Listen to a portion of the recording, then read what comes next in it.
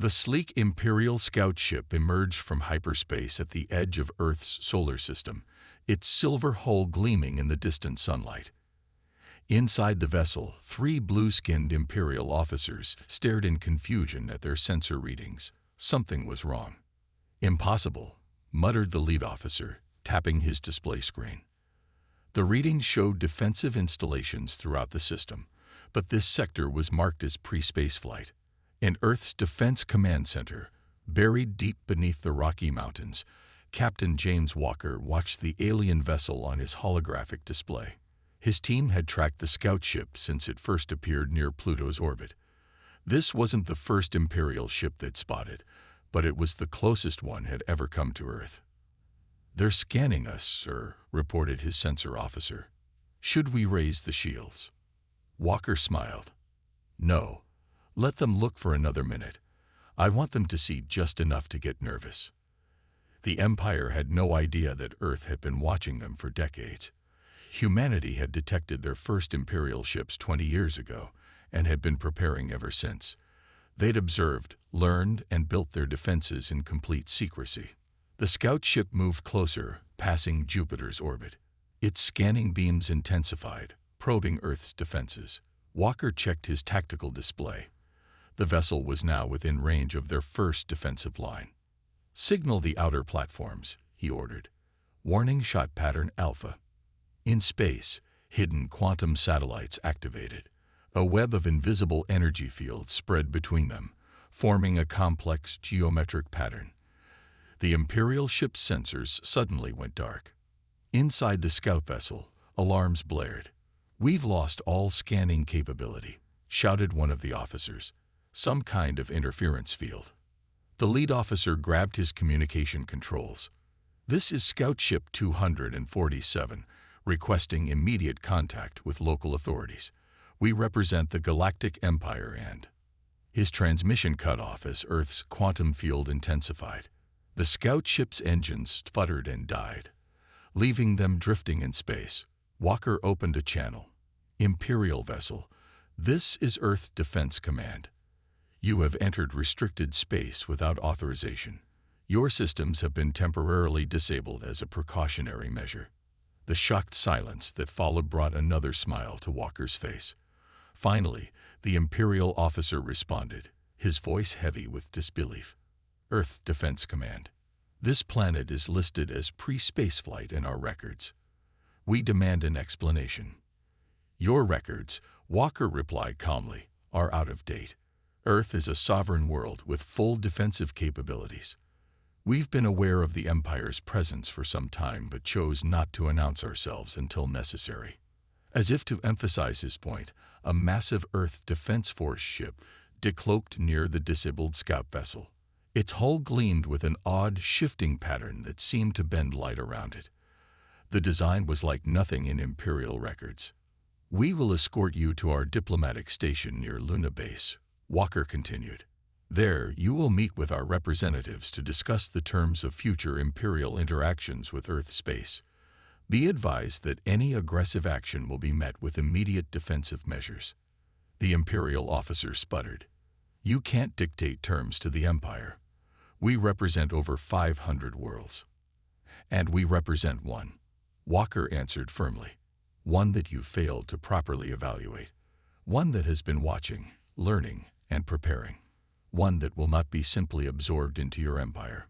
As Walker spoke, more Earth ships appeared, dropping their cloaking fields.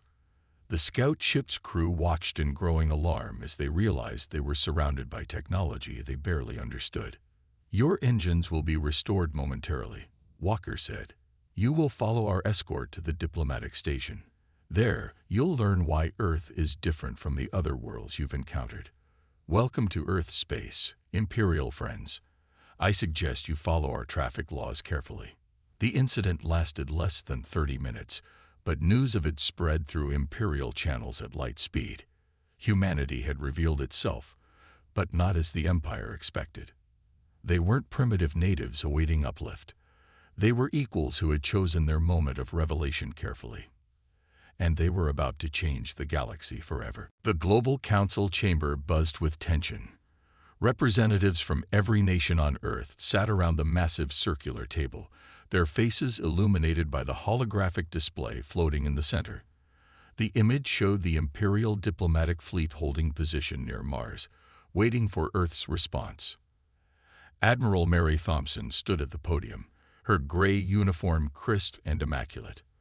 "Ladies and gentlemen of the Council," she began, "what I'm about to show you will explain why we can't trust the Empire's offers."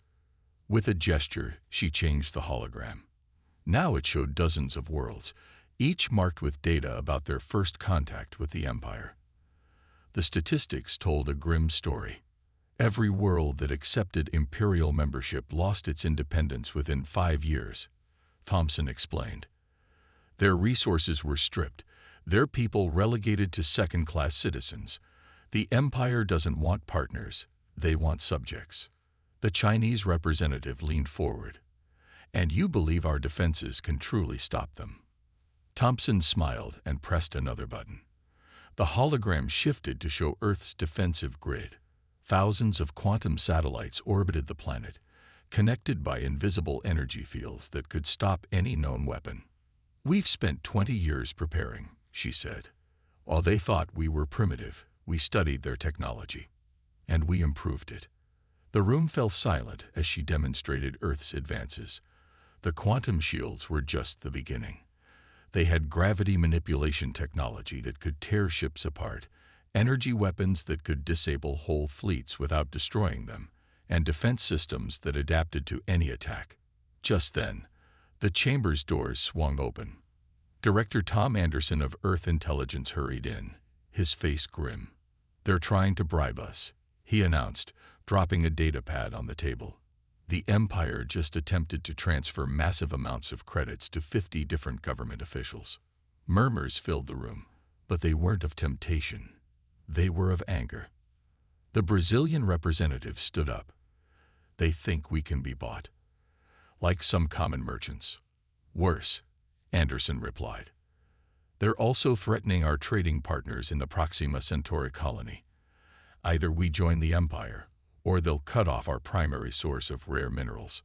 The room erupted in discussion, but Thompson raised her hand for silence. "This proves what we suspected. The Empire can't comprehend a united Earth. They think we're like the other worlds they've conquered, divided, easily manipulated." On the main screen, a new message flashed. The Imperial ambassador requested immediate audience with the Council. "Let them come," said the Indian representative. "Let's show them exactly who they're dealing with." Minutes later, Ambassador Reed of the Imperial Diplomatic Corps strode into the chamber. His tall, elegant frame and silver-toned skin marked him as being from one of the Empire's core worlds. He likely expected to find a room full of squabbling primitives. Instead, he faced a united front of determined faces. "Honorable representatives of Earth," Reed began smoothly, "I bring generous offers from the Empire. We can provide your world with advanced technology, trade opportunities." "Ambassador Reed," Thompson interrupted, "we voted. Here's Earth's response to your offer." The main screen displayed Earth's sovereign space declaration. It was short and direct. Earth and its solar system were declaring themselves off-limits to Imperial forces. Any unauthorized entry would be considered an act of aggression and met with defensive force. Reed's face darkened. "This is highly irregular. No world has ever rejected Imperial membership. The consequences, Thompson cut in, will be entirely your responsibility. We've seen what you did to other worlds. We've prepared accordingly." To demonstrate, she activated a small device on her podium. Instantly, every piece of Imperial technology in Reed's possession went dead, including his hidden recording devices and emergency beacon. "That was a localized quantum disruption field," Thompson explained calmly. "We can project it anywhere in our system. Your ships, your weapons, your technology. We can shut it all down with a button press." Reed's composed facade cracked slightly. For the first time in his diplomatic career, he faced something the Empire hadn't anticipated. a primitive world that had secretly surpassed them in key technologies. "The Empire doesn't accept rejection," he said stiffly. "The Empire," Thompson replied with a slight smile, "hasn't met Earth before. I suggest you inform your superiors carefully. This isn't a negotiation. It's a warning. Earth is off limits." As Reed left the chamber, the council members shared knowing looks. They had just declared independence from the largest empire in known space. The real test would come soon enough. The massive screens in Earth Intelligence Headquarters painted a grim picture. Director Tom Anderson watched as another trading ship from the Proxima Centauri colony was turned back by Imperial patrol ships. This was the 7th one this week. "They're trying to strangle us slowly," he muttered, studying the tactical display. The Empire had positioned peacekeeping fleets near every major trade route to Earth, claiming they were protecting against pirates. In reality, they were cutting off Earth's supply lines. But the Empire had miscalculated. Again. Anderson pressed a button on his desk. "Show me Project Ghost Runner." The screen shifted to reveal hundreds of small, stealthy ships moving through Imperial blockades. Earth had anticipated this tactic years ago. While the Empire watched the main trade routes, Earth's stealth ships slipped through their nets like shadows through darkness. His communication panel lit up. "Director, we've intercepted something big," his assistant reported. "You need to see this immediately." The data streaming across his screen made his blood run cold. Imperial scientists were developing a bioweapon designed specifically for humans. They had collected DNA samples from Earth's colonies over the years, preparing for exactly this situation. "Send this to Admiral Thompson," Anderson ordered, "and get me the defense grid control room." Before he could make the call, alarms blared throughout the facility. On the main screen, red dots appeared all around Earth's orbital defense ring. Imperial stealth probes, trying to map their defensive capabilities. In the orbital defense station, Captain James Walker sprang into action. "Activate countermeasures," he commanded. "Show them what happens to uninvited guests." Earth's quantum defense grid hummed to life. The probe's cloaking fields shattered like glass, leaving them exposed. But instead of destroying them, Earth's defense systems did something far more impressive. They took control of the probes. "Send them back," Walker ordered with a grim smile. "Let's give the Empire some data to analyze." The captured probes turned around and headed back toward Imperial space, now carrying false information about Earth's defenses. Let the Empire think they knew Earth's secrets. But the Empire wasn't finished. Deep in lunar orbit, hidden behind Earth's moon, an Imperial destroyer prepared to launch its secret weapon. An experimental AI designed to infiltrate Earth's defense network. The AI attack came like a digital storm, hammering Earth's cybersecurity. But humanity had an ace up its sleeve. As the Imperial AI encountered Earth's defense systems, it found itself facing something unexpected. A quantum-based firewall that operated on principles the Empire had never seen. "Their AI is trapped in our honeypot," reported Earth's chief cybersecurity officer. "Should we show them what real AI looks like?" Anderson nodded. Earth's defensive AI, developed in secret over decades, sprang into action. It didn't just stop the Imperial attack. It reversed it, sending waves of data back through the connection. The Imperial destroyer's systems crashed, leaving it dead in space. In the Global Council chamber, Admiral Thompson presented the day's events. "The Empire is escalating," she explained. "They're moving from economic pressure to direct attacks. It's time to demonstrate why that's a bad idea." With unanimous approval from the Council, Thompson activated Earth's newest weapon. Hidden in an asteroid field near Mars, a massive device powered up. Its target, an unmanned Imperial probe at the edge of the solar system. The device fired a concentrated beam of energy that bent space itself. When it struck the probe, reality seemed to hiccup. The probe didn't explode. It simply ceased to exist, converted into its base atomic components. "Send the footage to every world in the Empire," Thompson ordered. Add a simple message: Earth's Starbuster technology. One of many reasons we choose to remain independent. The response was immediate. Several smaller Imperial worlds, impressed by Earth's show of force, secretly reached out through back channels. They wanted to know how Earth had achieved such advancement in secret. More importantly, they wanted to know if Earth would share its defensive technologies. The Empire's pressure tactics had backfired. Instead of isolating Earth, they had made it a beacon of hope for other worlds tired of Imperial rule. The question wasn't if the Empire would strike back, but when, and whether they understood just how prepared Earth really was. The Imperial Armada emerged from hyperspace like a metal storm. 10,000 ships spread across the space between Mars and Jupiter, their hulls gleaming in the distant sunlight. It was the largest fleet ever assembled in Earth's solar system.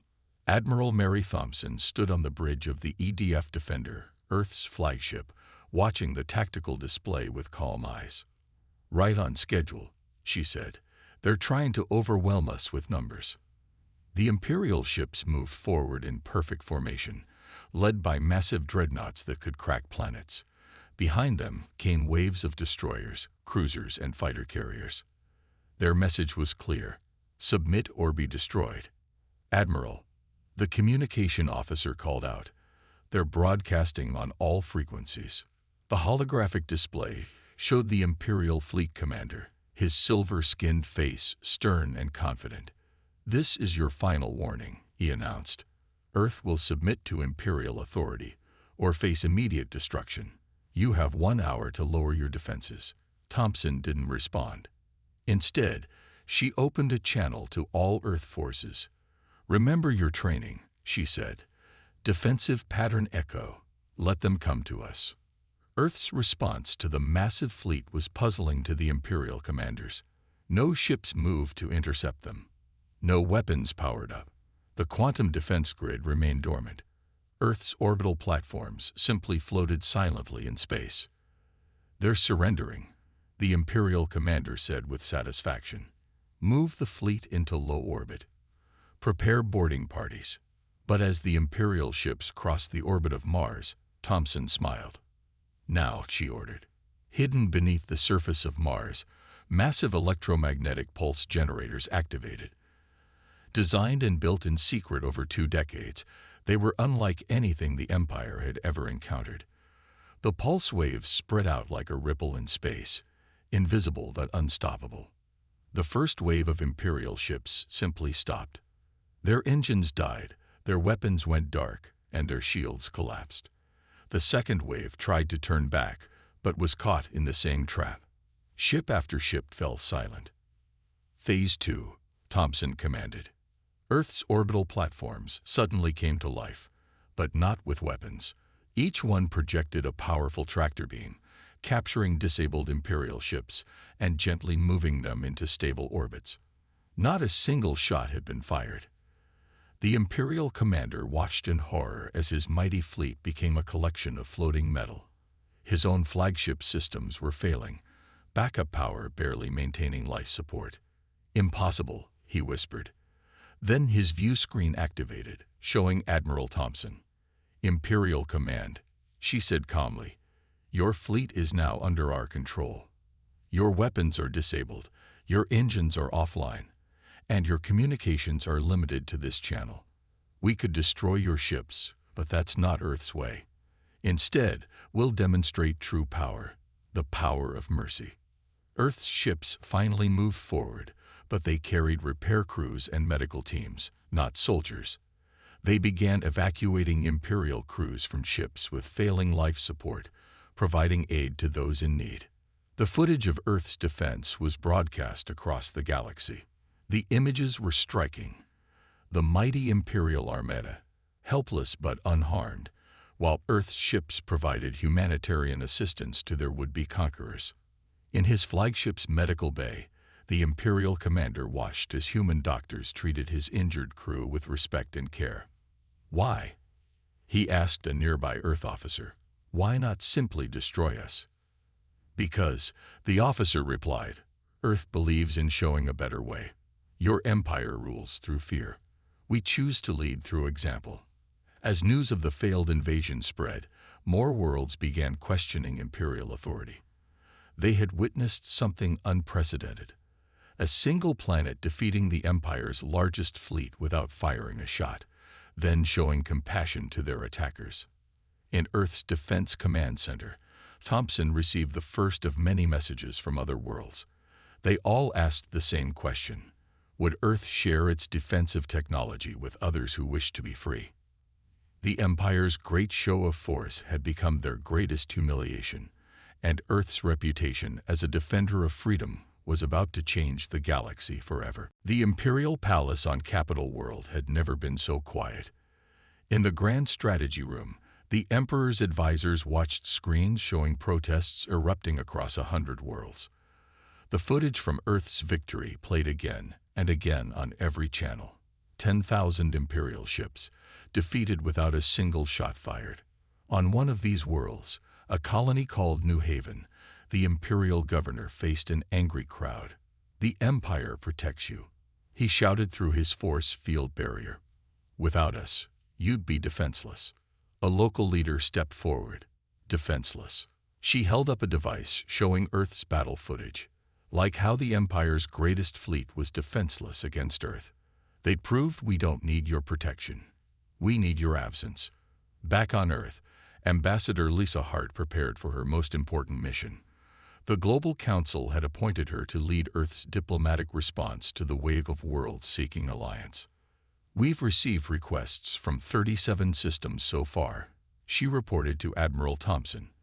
"They all want the same thing: our shield technology." Thompson nodded, studying the holographic map showing friendly systems in green, Imperial loyalists in red, and undecided worlds in yellow. The green dots were multiplying daily. "The Empire's biggest mistake," Thompson said, "was letting us watch them for 20 years. We didn't just build better technology. We learned exactly how they abused their power. Now we can help others break free." In orbit above Earth, the first training session for foreign technicians began. Earth had chosen 12 worlds to receive the first batch of defensive technology. These worlds were strategically placed throughout the galaxy, creating safe zones where other planets could seek refuge from Imperial control. Director Tom Anderson's intelligence network reported constant Imperial defections. Military officers, scientists, and even planetary governors were reaching out to Earth, offering information in exchange for protection. "Their entire system is built on fear," Anderson explained during an emergency council session. "Once we proved they're not invincible, that fear turned against them. Their own people are their greatest weakness." A high-ranking Imperial admiral named Marcus Stone became the highest-profile defector yet. He brought with him 5 Star Destroyers and their crews, along with detailed plans of Imperial military installations. "I've served the Empire for 30 years, Stone told Ambassador Hart during his debriefing. "In all that time, we claimed to bring order and protection. Then Earth showed us what real protection looks like: defending without destroying, showing strength through mercy." The Empire tried to maintain control through increasingly desperate measures. They doubled taxes on loyal worlds, increased military patrols, and threatened severe punishment for any system showing sympathy to Earth. But they couldn't stop the spread of information. Earth's quantum communication network, shared with allied worlds, let people coordinate and communicate without Imperial interference. Stories spread of successful rebellions, of Imperial ships turned away by Earth's shield technology, of worlds declaring independence and thriving.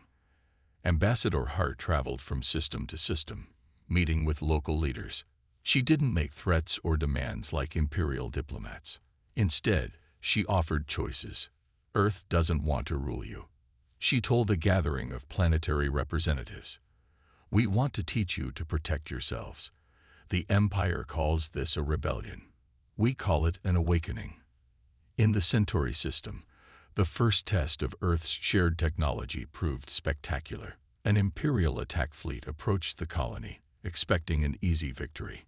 Instead, they found their weapons useless against shields they thought only Earth possessed.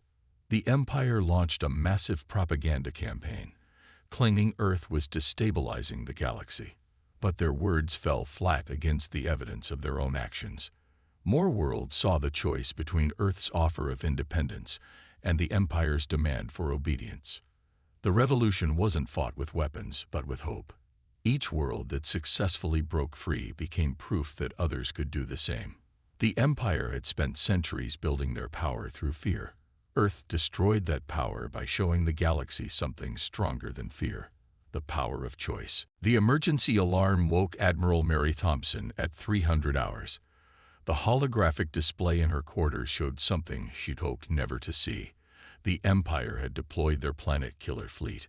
50 massive ships, each carrying weapons designed to crack worlds apart, were heading toward Earth. Behind them came the remainder of the Imperial fleet. Everything they had left, nearly 30,000 ships committed to one desperate attack. "This is it," Thompson said as she strode onto the bridge of the EDF Defender. "They're playing their final card." The Empire wasn't just targeting Earth.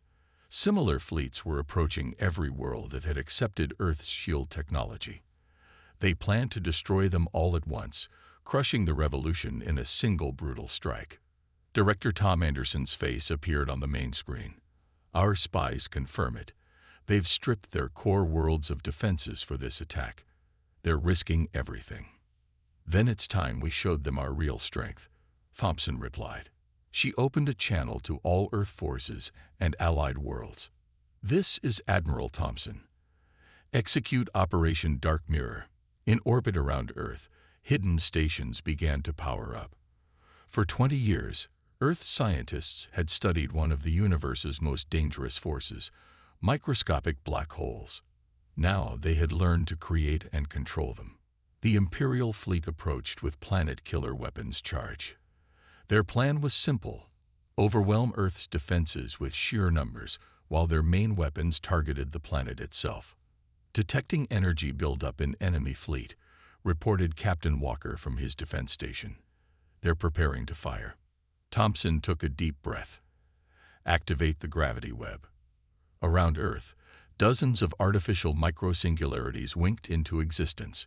Each one was precisely controlled, creating a complex web of gravitational forces. The effect on the Imperial fleet was immediate and devastating. The closest ships were caught in conflicting gravitational fields that twisted their hulls like paper.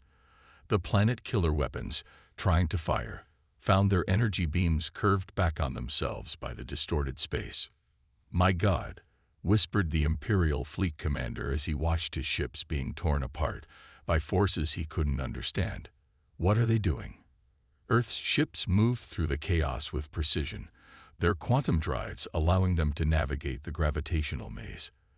They targeted the Imperial fleet's command ships, using electromagnetic pulses to disable rather than destroy them. Similar scenes played out across the galaxy as other worlds activated their own versions of Earth's defenses. The Empire had expected to face shield technology. Instead, they found their ships caught in webs of twisted space and time. In the Centauri system, an Imperial planet killer fired its main weapon at the colony world. The beam struck a gravity lens created by Earth's technology and split into harmless rays that dispersed into space. The colonists watched in awe as their world's defenses turned the Empire's greatest weapon into a spectacular-like show. Back at Earth, Thompson received reports from across the galaxy. The Imperial attack had failed everywhere. More importantly, the Empire had committed so many ships to this final assault that their remaining worlds were virtually defenseless. "Send the signal," she ordered. Throughout Imperial space, rebellion broke out on every world.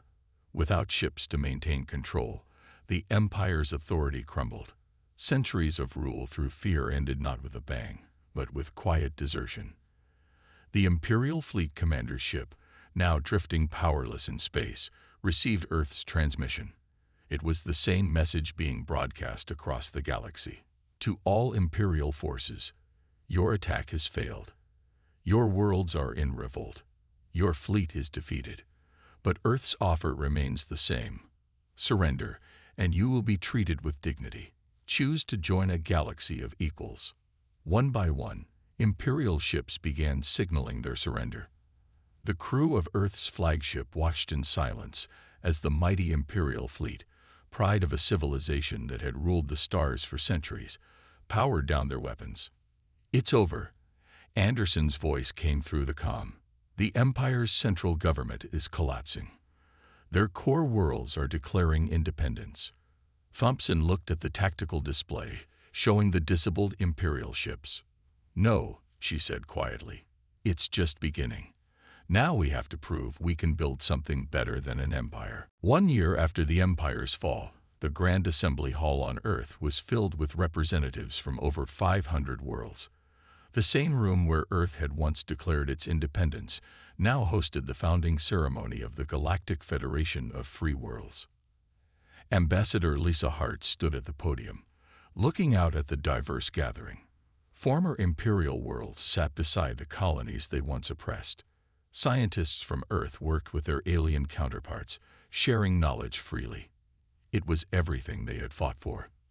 "We gather here not to create a new empire," Hart began, her voice carrying across the silent hall, "but to ensure one never rises again. Each world in this federation stands as an equal. Each voice carries the same weight. This is humanity's gift to the stars. Not technology, but freedom." In orbit above Earth, the newly commissioned Federation Peace Fleet conducted its first patrol. Unlike the Empire's warships, these vessels carried humanitarian supplies and emergency response teams. They were ships built not to conquer, but to protect and serve. Admiral Thompson watched from her office as the fleet departed. On her desk sat the draft of the Universal Rights of Sentient Beings, a document that would become the cornerstone of the new Federation. Earth's experience with the Empire had taught them the importance of protecting individual rights alongside planetary independence. "The first aid mission leaves for the outer colonies tomorrow," Director Anderson reported, entering her office. "Former Imperial worlds are already copying our education system. They're calling Earth the cradle of freedom now." Thompson smiled. "And the technology sharing program? Better than expected. When we give worlds the ability to defend themselves, they use it to help their neighbors.